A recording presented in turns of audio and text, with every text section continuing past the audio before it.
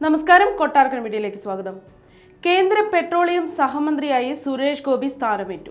തന്റെ വകുപ്പ് സംബന്ധിച്ച് നിലവിലെ സാഹചര്യങ്ങൾ പഠിക്കേണ്ടതുണ്ടെന്നും അതാണ് തന്റെ ആദ്യത്തെ മുൻഗണനയെന്നും സ്ഥാനമേറ്റെടുത്ത ശേഷം സുരേഷ് ഗോപി മാധ്യമങ്ങളോട് പറഞ്ഞു.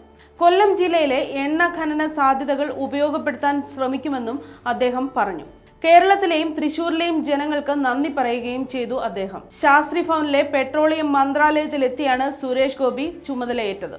പെട്രോളിയം പ്രകൃതിവാതക മന്ത്രാലയം മന്ത്രി ഹർദീപ് സിംഗ് പുരി സുരേഷ് ഗോപിയെ സ്വീകരിക്കുകയും കസേരയിലേക്ക് ആനയിക്കുകയും ചെയ്തു.